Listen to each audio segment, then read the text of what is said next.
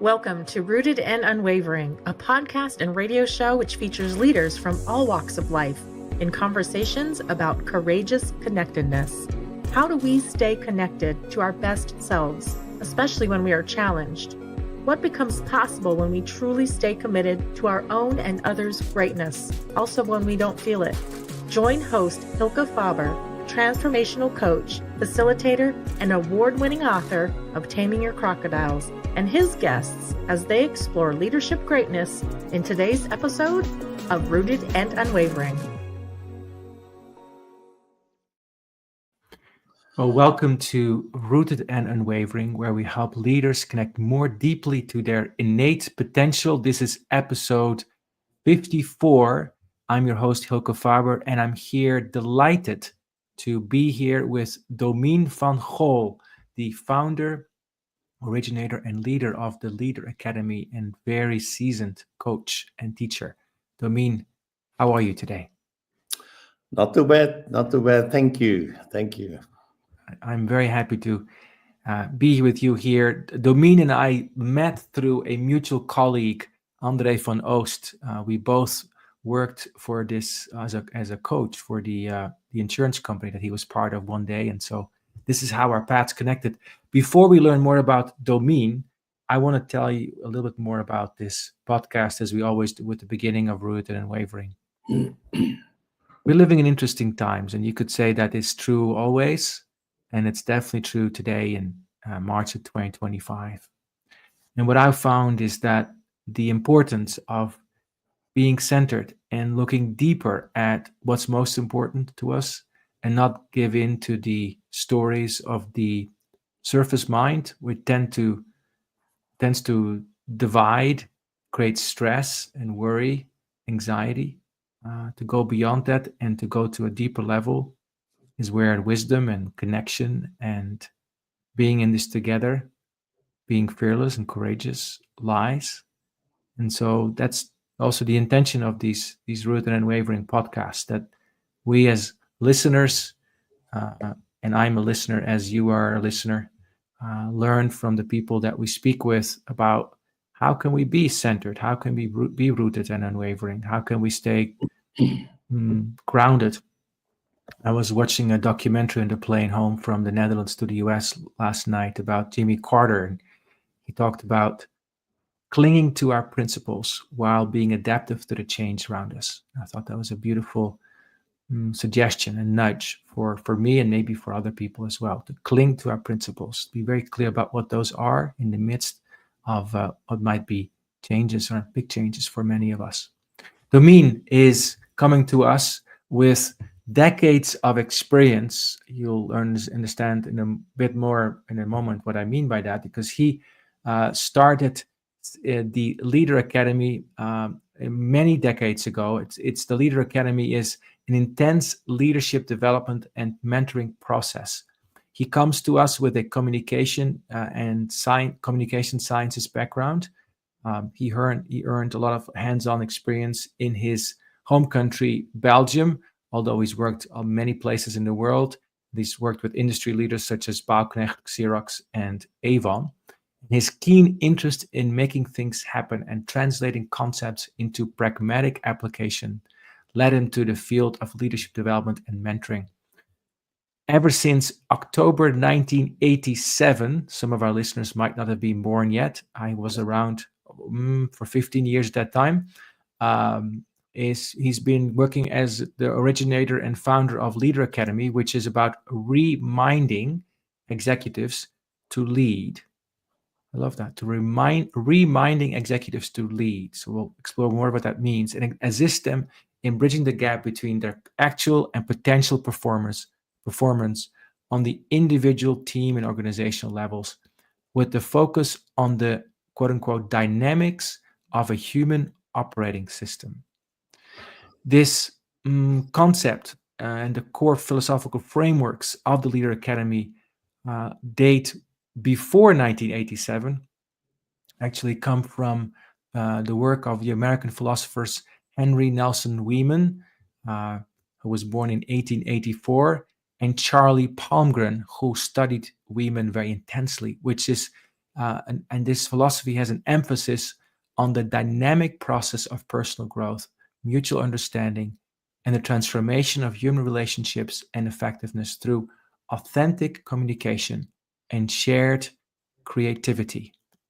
Domien and his colleagues have also been passionately engaged in South Africa, Southern Africa, and he loves the blending of the European perspective with local wisdom to offer fresh, culturally relevant options to support leaders in shaping a future that's both forward-thinking and practical, while being deeply rooted in Africa's core values of Ubuntu, survival, spirit of solidarity, compassion, respect, and dignity.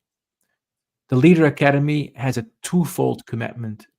One is to be to the best we know now, and at the same time remaining open for everything that improves the best we know now. I love that combination of firmness and excellence with humility. And when I met Domien about 9 months ago now, I think, in the Netherlands for coffee and extensive conversation, I was deeply touched by his commitment to human development. So, Domien, it's wonderful that you're here today. Thank you. And I would like to ask you our first question, which is, tell us about what you've learned in your life and leadership about connectedness. Oh my goodness. So I knew that this question would be coming. So I've been thinking about it in the last couple of days in kind of preparing for this chat. And I guess that when it comes to courageous connectedness, to authentic self, purpose, and to others, I think that's what it takes to do that.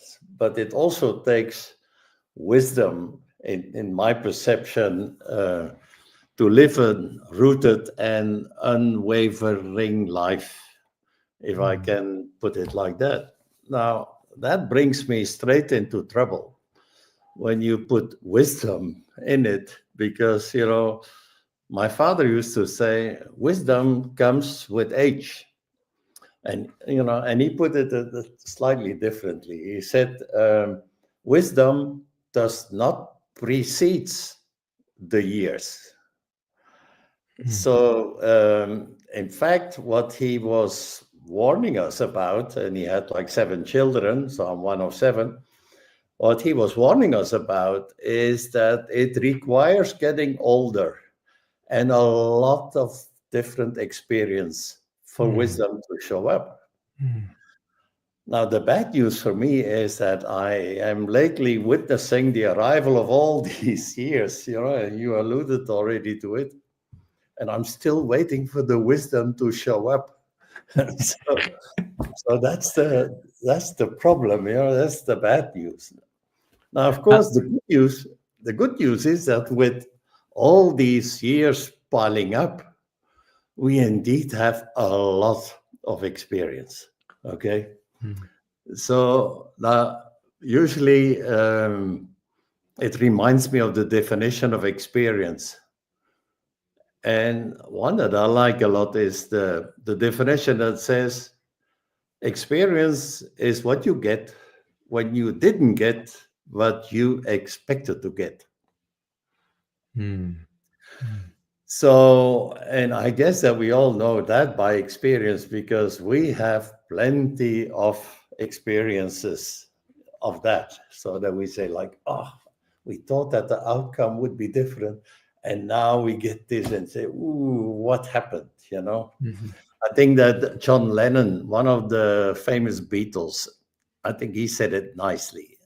He said, life is what happens to you while you are busy making other plans. Okay.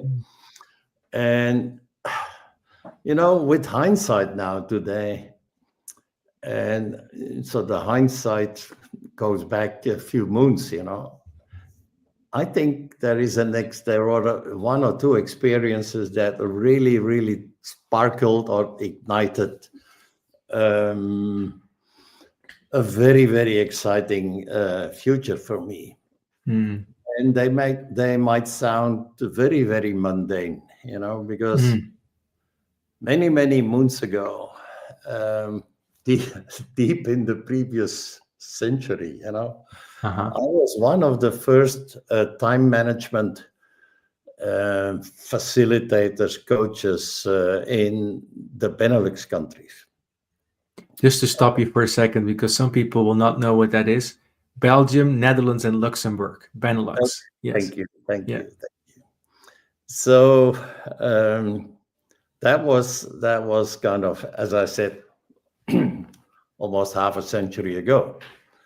And what we did those days, we organized 2 days, seminars of 2 days, and the objective being to really, really, really motivate people, and kind of so that they would be ready to do something about their time management skills or attitude, whatever you call it. Mm-hmm. And in order to do that, we believed that it had to be fun, it had to be light, it had to be kind of easily digestible. And in preparation of one of these seminars, one of these programs, I created a series of 160 cartoons to illustrate some of the important points. And I did it together with a person who really was able to draw cartoons, because I am, not able to draw a cartoon. And we worked at it for several kind of weeks even. And I think it comes back to me as one of these experiences where I felt extremely, extremely connected to another person. Because of the fact I realized that I could never, ever have created it on my own. And the same went for him. So we had fun, it created energy, it was really, really kind of high level of enthusiasm, and we were laughing, while creating the learning points. Yeah. So now comes the seminar. And what we saw what I experienced was that people would fly out of the room highly, highly, highly motivated after the 2 days. And I'll cut the story short, because their kind of application of what we thought that they would take away also lasted only a very, very short time. So it was like high enthusiasm and kind of back to reality, back to normal, back to where we were before.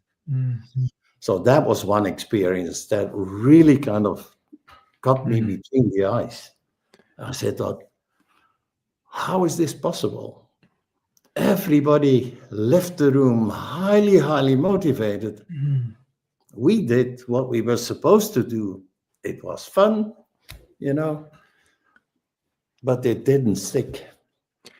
And so now when you look back and think about, how did wisdom come to me, or what wisdom can I see from that experience? Because I'm hearing what you did is you put a lot of work into these workshops. And in the moment, I can imagine people walking out feeling that, yeah. And I've noticed this myself in many workshops where just the act of being together as humans, united in some inquiry, whatever it is, creates a lot of energy. And then it can dissipate. So what did you learn from that experience? Well, that was one. That was one experience. The other experience was also that whenever we started training in organizations below the top, then it took only, let's say 10 or 15 or 20 minutes before one person would raise her or his hand and say, Domien, has our boss already heard this story? And then we started dancing around the issue and say, "You, not yet, we didn't get them in the room yet, it's like, but we are looking at the schedules and we are trying to, and I said, you go and train them first. And whenever we see them walking the talk, then they can come to us. We are ready for the change." And that was were kind of two experiences almost in a same period that triggered me very, very profoundly and deeply. And I said, like, what do you have to do differently to really kind of create sustainable change, whatever you call it? What do you do differently? And that's when I created the Leader Academy. Okay. Now, in its original format, and don't get too surprised, but in its original format, it was a process of 9 sessions of 3 days, 1 weekend every month for 9 months. Okay. Originally focusing on individual executives from different companies.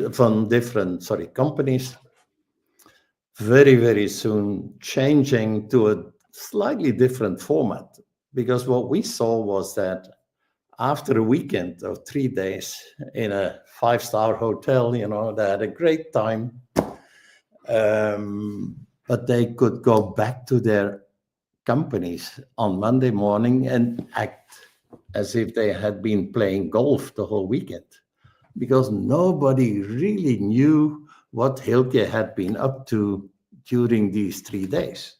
The only thing they knew was, one Friday, because we did it on a Friday, Saturday, Sunday.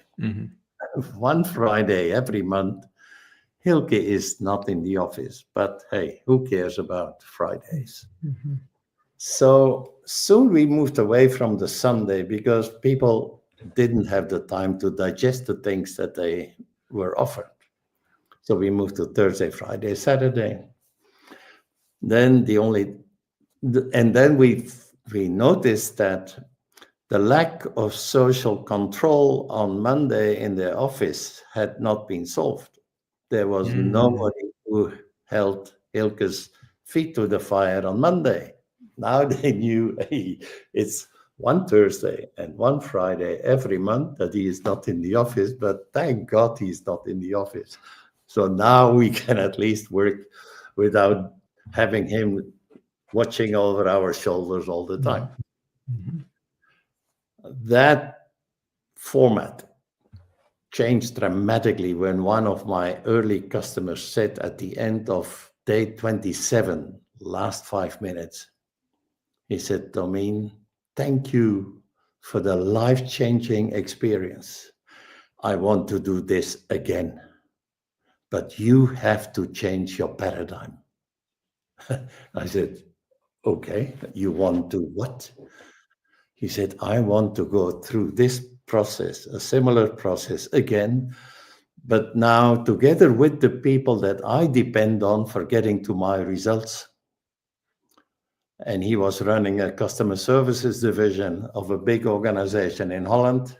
We took the top 20, I think 25, including him, the year after, through a similar process.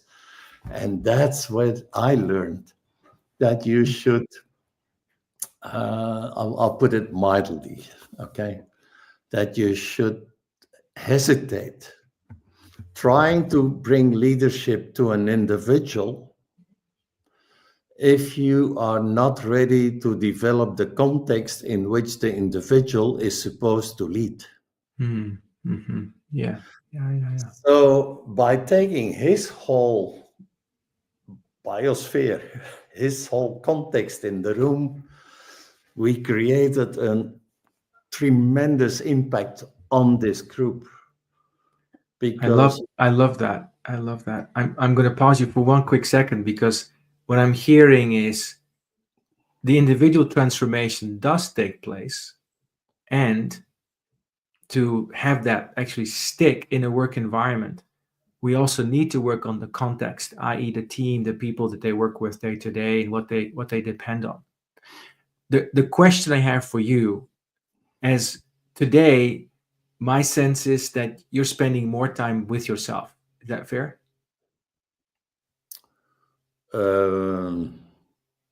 In what I'm always spending time with myself. I've done that for many years. For many years, right? So it's we do this all the time. So what have you learned? What have you learned to stay connected to Domien? Like when these things happen, because people challenge you, things happen. I love that you said sometimes the experience is different from the way you want it. How have you found the wherewithal to work with that and to stay open to that? Because somebody's saying on day 27 to you, I've got a paradigm shift for you, Domien. That's a pretty big deal, and you adjusted to it. So where do you find within yourself to have the wherewithal to stay open? I don't know.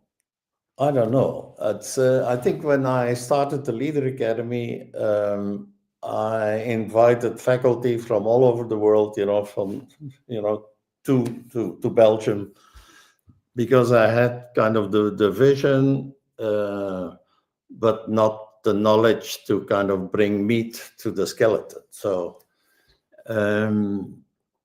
from the beginning, I got the privilege of working with first class colleagues from all over the world.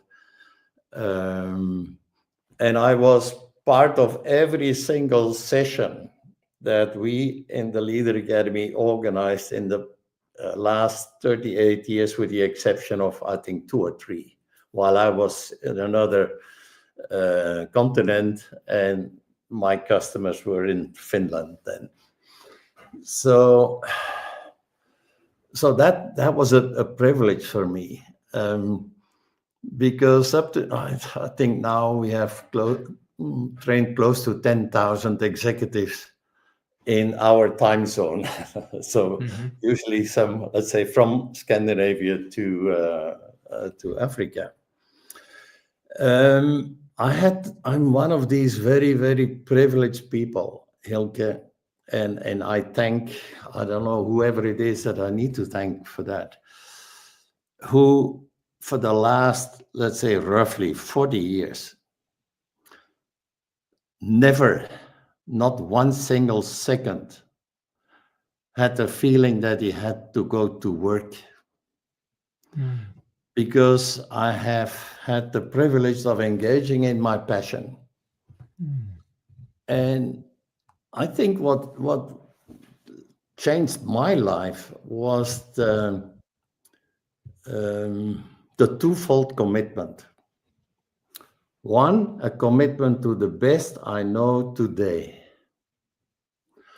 while at the same time committing to everything that improves the best I know today. So it means that I don't have to wait for acting until I have all the certificates, diplomas, in the world, have read all the books in the world, and then I will give you the one and only answer. No. So you have to act on the best you know now. So by doing that, and by carrying these values in the Leader Academy, we improved every single day. Okay, we improved, we learned how to shorten the process, speed it up, more profound, etc., etc. So, and then it's easy to stay connected to yourself if you have the privilege of earning your living with your passion. Yeah. So, this twofold commitment, Domien, like staying committed to the best you know now, and also staying open to that which will improve that, to your expansion. Yes. How did you come across that? How did you how did you learn to do that? Because I love that, and I'm wondering, how did you discover that? I was introduced to the work of Henry Nelson Wyman by Dr. Charlie Palmgren. And he really, I think he's probably the only living creature in the world now at this stage who really, really, really understood and understands Wyman's philosophy. Wyman predicted how many, in mid-1960s, he predicted that wars in the future would be kind of fought with what we would call now drones. He predicted that. He predicted that the power in the world would be kind of in the hands of a few and enslave the rest of the world. It's Charlie has been part of our faculty almost since day one. So I think it was not probably, let's say, after 2 years, he joined the Leader Academy. I consider him being my mentor. And I strongly advise you, Hylke, to interview him. As you know, he is still around, so he is a wise man. So he's a very wise man. So yeah, and it's liberating, because some of us have the tendency to stick to the best they now know, and they shout it loudly in the world so that everybody knows that this is the way to do it. It's my way or the highway. And some others hesitate taking action and say, I'm not sure yet, I'm not ready yet, I have to study more, la la la la. And for me, it was kind of a liberation to realize that you could easily integrate them by saying, hey, that's the best. I share with you the best I know today. If I learn something, and I most certainly will tonight, and we meet tomorrow, then I will share the best I know tomorrow. Okay? And so, with hindsight, I think I created the Leader Academy for myself, because it has been a tremendous, exciting learning process over the last 38 years. Domien, we're going to take a break in a moment. After the break, I want to explore with you some of the personal learnings you've had from the Leader Academy. And I am sitting deeply with this dual principle of being committed to the best I know now, and at the same time, equally committed to staying improving and staying open. And how do I do that? And not get trapped in the, I don't know yet, so I'm not going to do anything. No, I'm going to do the best I know now. At the same time, I'm also completely open to learning and go from that place tomorrow. So thank you for that. You are listening to, go ahead, Domien. Go ahead, Domien. Okay, I think it has to do with connecting and disconnecting. We'll hear about this after the break. I'm speaking to Domien Van Gool, who is the originator and founder of the Leader Academy. That approach and group has been around since 1987.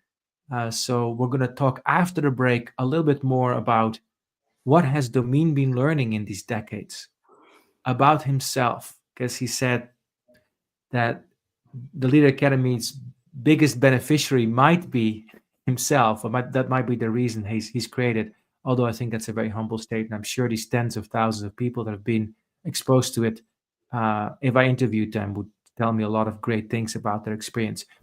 See you after the break. You're listening to Rooted and Unwavering.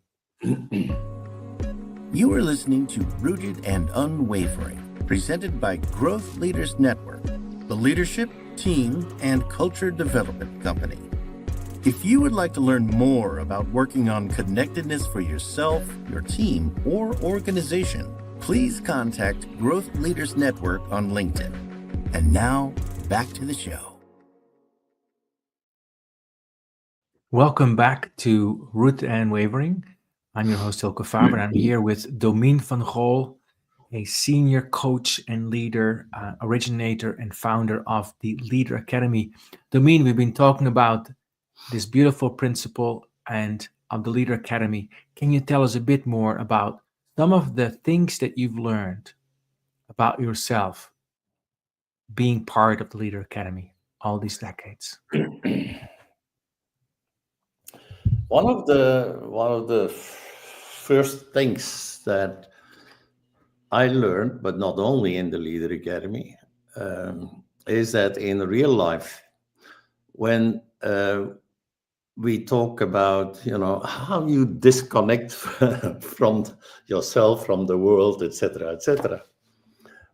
And we were chatting. I was chatting with Charlie about it, and he said, "Yeah, but disconnecting is easy to do because everybody seems to be good at it." Okay, so the main reason in my mind is that everybody is different. And nowadays we have a word for it, and we call it diversity. Well, at least that's what we did up to recently. We called it diversity. Now it's a little more sensitive to using the word diversity. But to make it easy, for me, diversity goes far beyond race, gender, religion, all these things. I compare it to fingerprints. Okay, we have all different fingerprints. When we touch something, it's different. Whoever it is, that's one.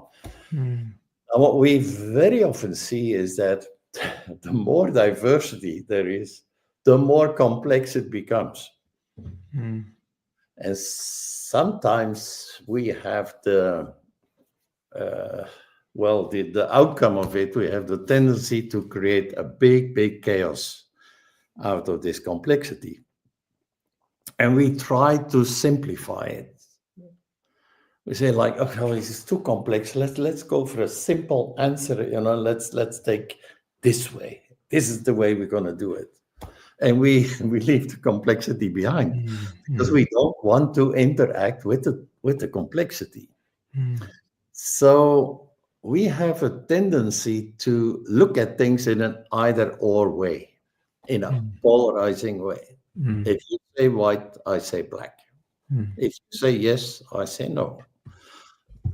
Let's have a short look at the political system nowadays. You are in power, I am in the opposition. So whatever it is that you say, I will oppose, regardless whether it's good or bad for the community. Okay? So we keep polarizing, we keep carrying these mindsets with us. Let's say, let's simplify it. Let's do it, it's my way. It's forget all the rest. That's what we're going to do. Now, we also know that it's very costly polarizing. And that's what I learned. If you, and let me take a quick step back to the work I did with my friend creating the cartoons. If we would have polarized there, these 160 cartoons would never, ever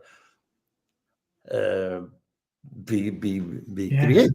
Okay.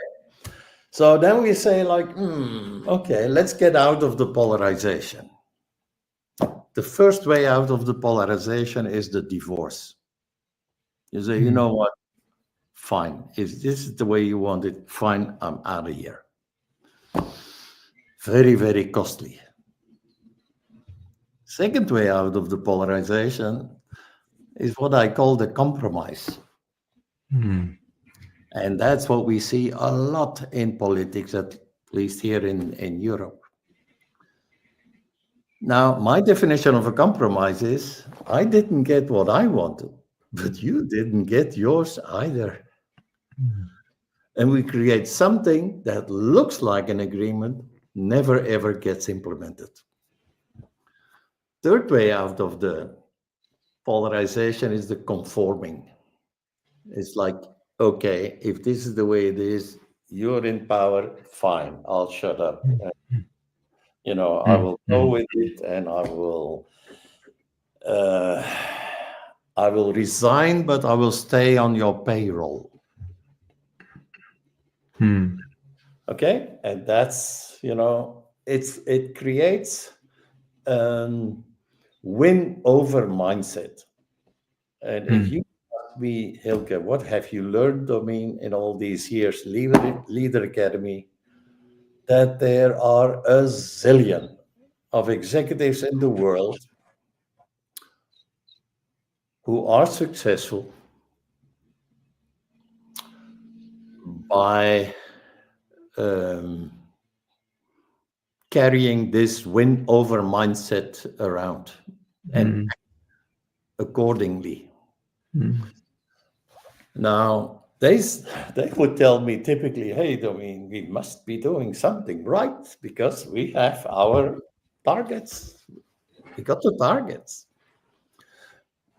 And in the good old days, I didn't have an answer to this. Now I would say, is that all you could have achieved? Would it be possible to achieve much more if you would kind of address the whole issue a little differently? And that's the philosophy that we would offer them.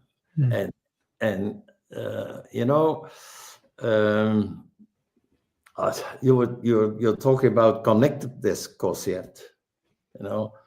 What I painted now is illustration of the very, very high disconnectedness quotient that we see in current times.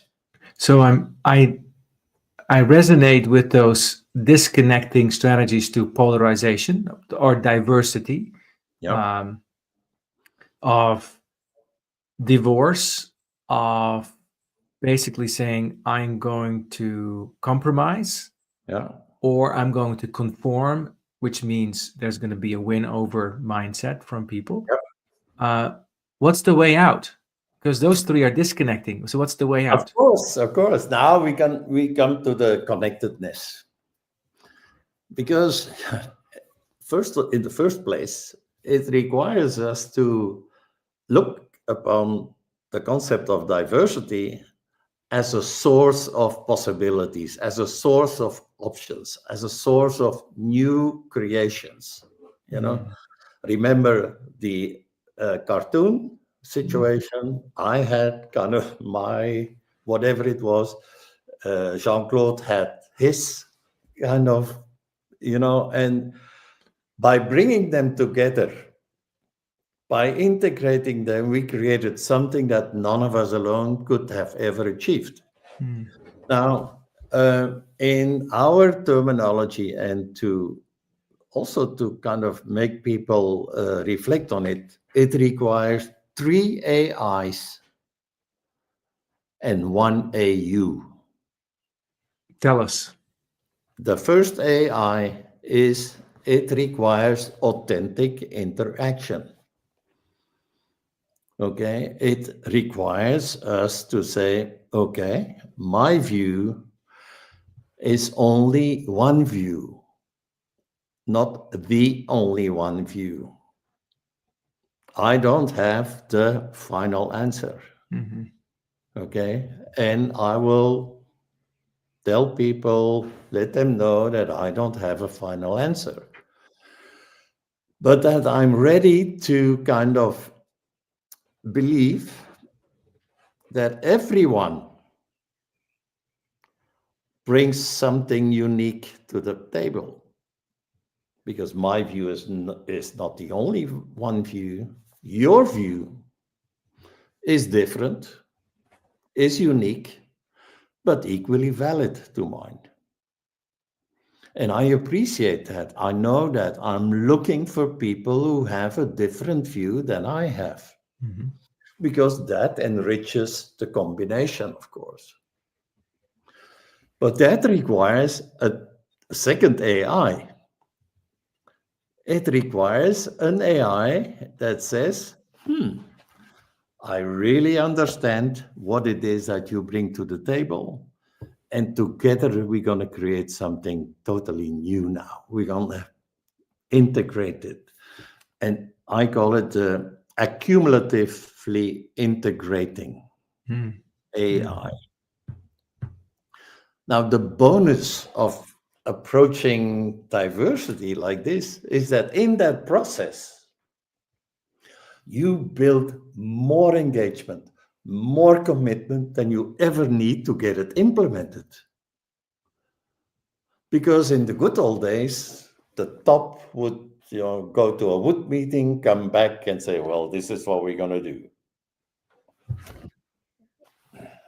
And then the organization was scratching their head and say, like, I'm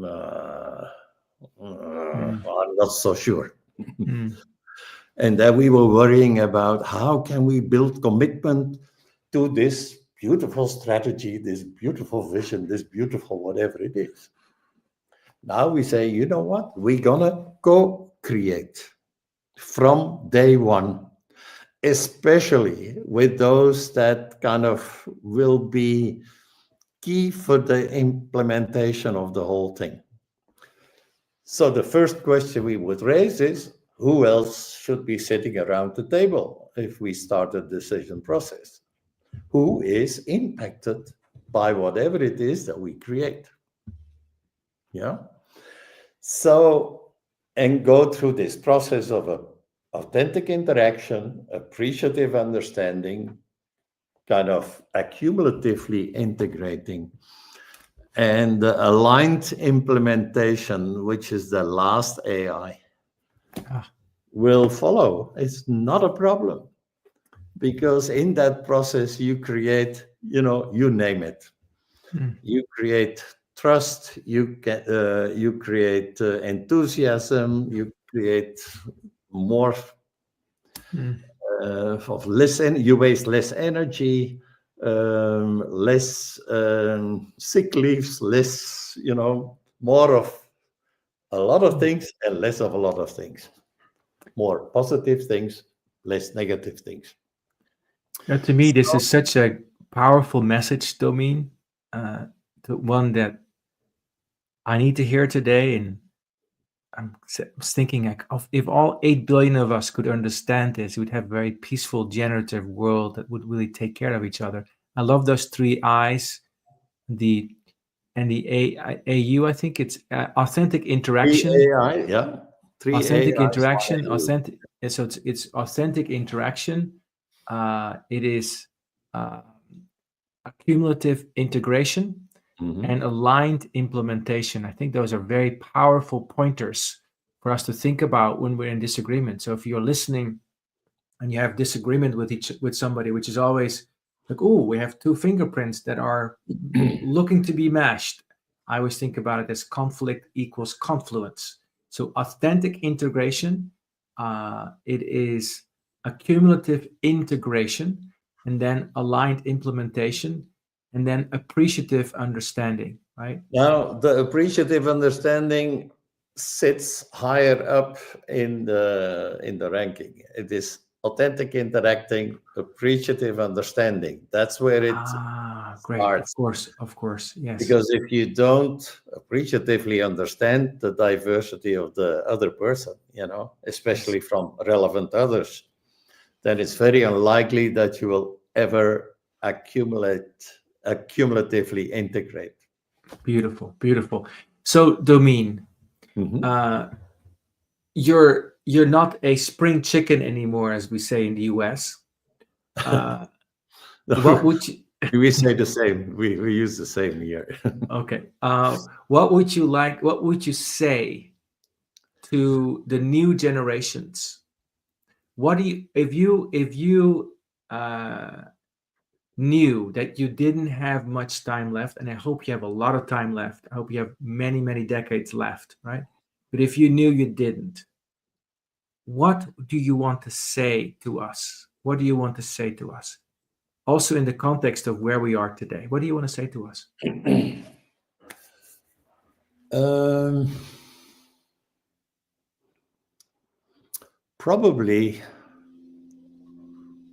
Probably stop polarized thinking.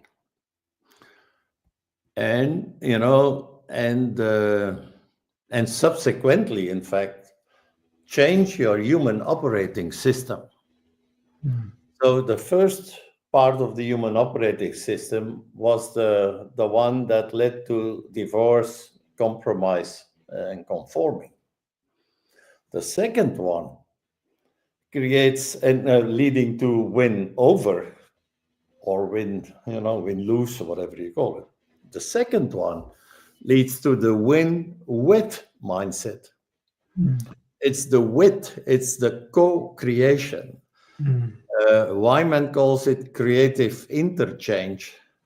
I added the co to it, co-creative interchange. It's saying it leads to togetherness, connectedness, and it leads to commitment. So all the way. So change your human operating system from the polarizing one to an integrating one. Fundamentally different outcome. Now, how do you do that? You go through the Leader Academy. Yes, and since not many people have the privilege to do that, how do you do that, Domien? Tell us. You change your mindset. How do you do that? You change your way of dealing with diversity. You stop believing that your view is the one and only one, that you need others, that you get, and it's by, it's the good news is this whole way of thinking, it's like Intel, it's inside. We all are able to do that because, we have no problem sometimes to authentically interact and appreciatively understand the people that we like and we love, etc. And we integrate and we thrive and we implement, and it goes all by itself. And then we change our angle with 1 degree and say, oh, but not with him or not with her, And it's not that you have lost all your skills, but there's something up here that dictates that it is not possible with him or her. It's not an easy one. Okay. This process of co-creation has to be, in our mind, operative on what I call different systemic interfaces: intra and interpersonal, intra-interteam, intra-interorganization, intra-international, intra-interculture, whatever you call it. All these levels. Yeah. And it's the easiest to understand on the interpersonal level. Can I deal with your differences, with your uniqueness, with your diversity, with your different perspectives, your different view, etc. And can we create a situation in which our personal strengths don't get in the way of the strengths of the partner? So here's a question. Yeah. I so resonate with what you're saying. Yes, appreciative understanding, authentic interaction. Yes, absolutely. Yes. And what do you do, or what do you do when you're faced with somebody who seems to want to not get out of polarizing mindset? Right? And I'm saying that also in the current society that we live in, where we may interpret that, quote unquote, the other side is not willing to depolarize?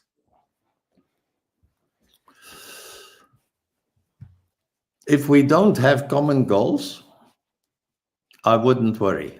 Then you say, okay, fine. You have a different goal than I. You don't depend on me for getting to your goal. I don't depend on you for getting to the goal. Fine. Okay.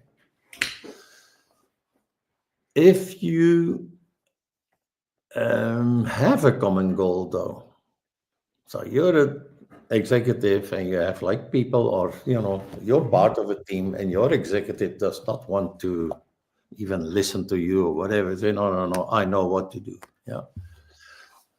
Then it's a challenge. Mm-hmm. Because then you have to find a way not to challenge up, but to sell up. Then you have to say, well, okay, I hear what you want to achieve. Is this what you want to achieve? Is there anything else? Is there whatever? Then you try to understand first why it is that your executive says the things he says. Mm-hmm. And it might well be, okay, in that process that you say, now I see what you are up to. Mm-hmm. Mm-hmm. Mm-hmm. It might also be that you say, I see something else. When I look at it from my side, down the line, I think that we're going to run into trouble, 6 months from now, if we do this. Yes. Because I see this and this and this and this. Would it improve the decision if we, in addition to this, also kind of would add something else, taking care of what we see coming down the line? That's one example.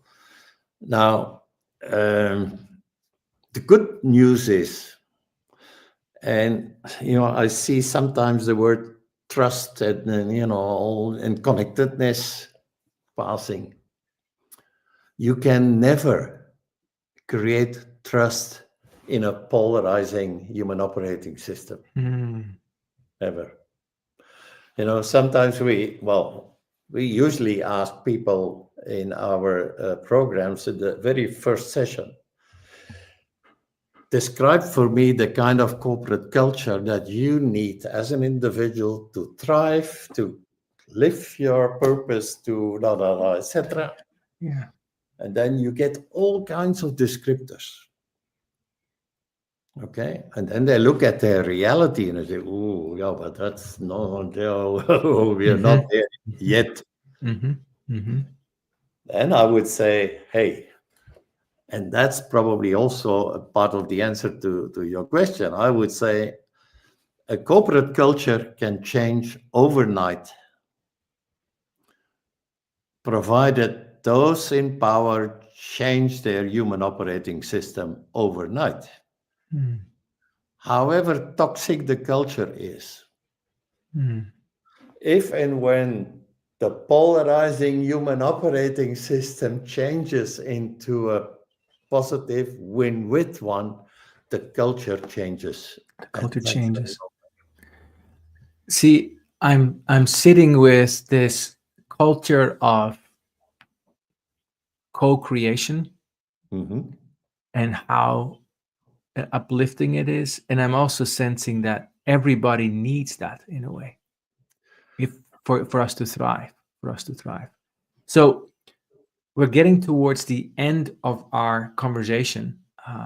Domien, what would you say to somebody who notices within themselves a lot of polarization? That meaning, I have a lot of opinions about others and thinking I cannot work with that person. That person thinks too different from me. What would you say to that person that in this moment may feel a little stuck? What would you say to that person?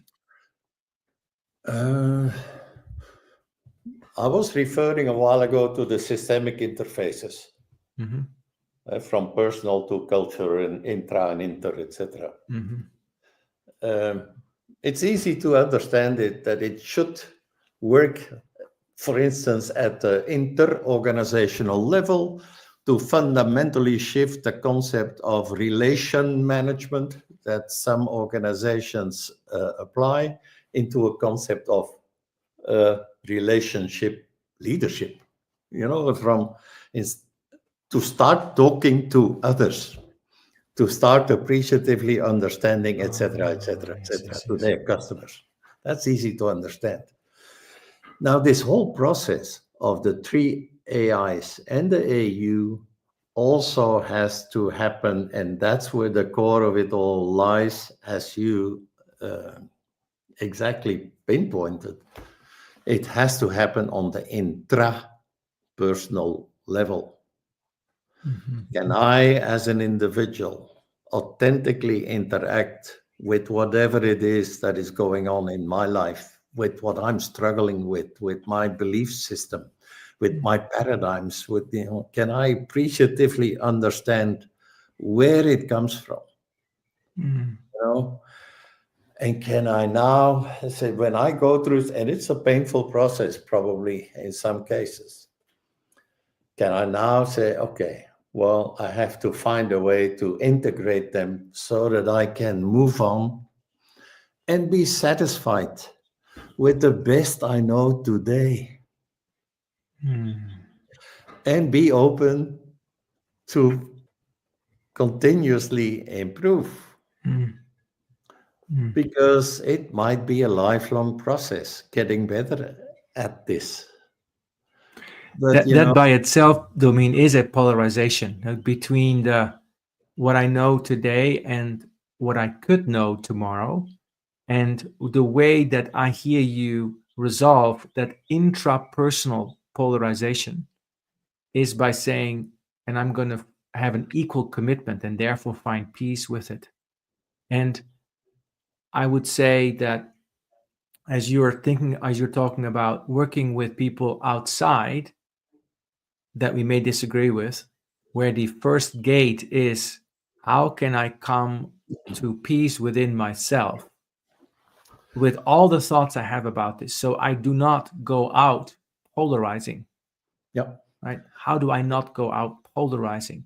That requires me to first integrate myself. Mm-hmm. And I don't wait until I have all the answers. Yeah.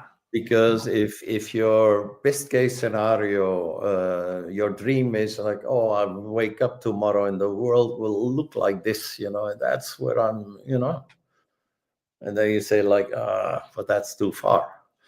So I would bring it back and say, oh, it's fine. I'll kind of start building and act and get better, and I'm not saying throwing away everything that you bring to the table, integrating it into the way forward, because what you bring to the table is your comfort zone, is what has worked for you until today. So don't throw it away, but interact with it authentically and say, hey, I understand where it comes from. I understand what it is that I bring. I'm not there yet, but I like and it takes time, and it will only stop the day you die. I love that. You know what what strikes me from this conversation is that the walking with yourself, with this, I'm going to do my best today and I'm going to stay open till tomorrow. And this is an endless, lifelong walk. That walking itself, the act of going through it itself, is part of the integration and the depolarization. And my sense is we can apply that to walking with others, even if you do understand, even if I don't understand.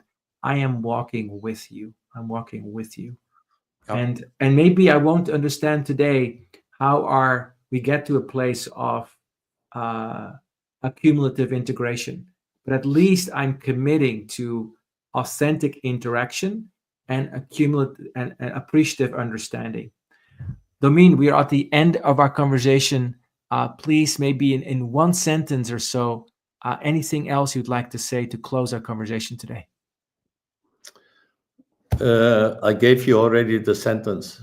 a corporate culture, however toxic it is, can change overnight, provided those in power change the human operating system overnight. Now, if you bring it to the individual, it's a similar thing. Okay, you can change your life. You can change your levels of connectedness, provided that you change your human operating system overnight, because after all, you are in power of what is happening to you. So that's the good and the bad news. Thank you so much, Domien. It's been an absolute privilege and pleasure to speak with you today. Some core pieces that I will take with me in my walk are those 3 AIs of authentic interaction, accumulative integration, and the last one was about aligned implementation, and underneath that, the appreciative understanding. Then also what you just said about the importance of starting with the culture within yourself, the human operating within yourself, and that can be an overnight change, an overnight transformation. You've been listening to Rooted and Unwavering. We've been listening to Domien Van Gool, who is the founder and originator of the Leader Academy. I thank you for listening. This was episode 54 of Rooted and Unwavering. If you like this kind of conversation, subscribe to us on LinkedIn or on Apple or Spotify, wherever you get your podcast. And it's been a pleasure to sit with you today as we learn more about how we walk through the polarization of ourselves and our world. This was Rooted and Unwavering, where we help connect leaders more deeply to their innate potential. I'm your host, Hylke Faber. See you next time.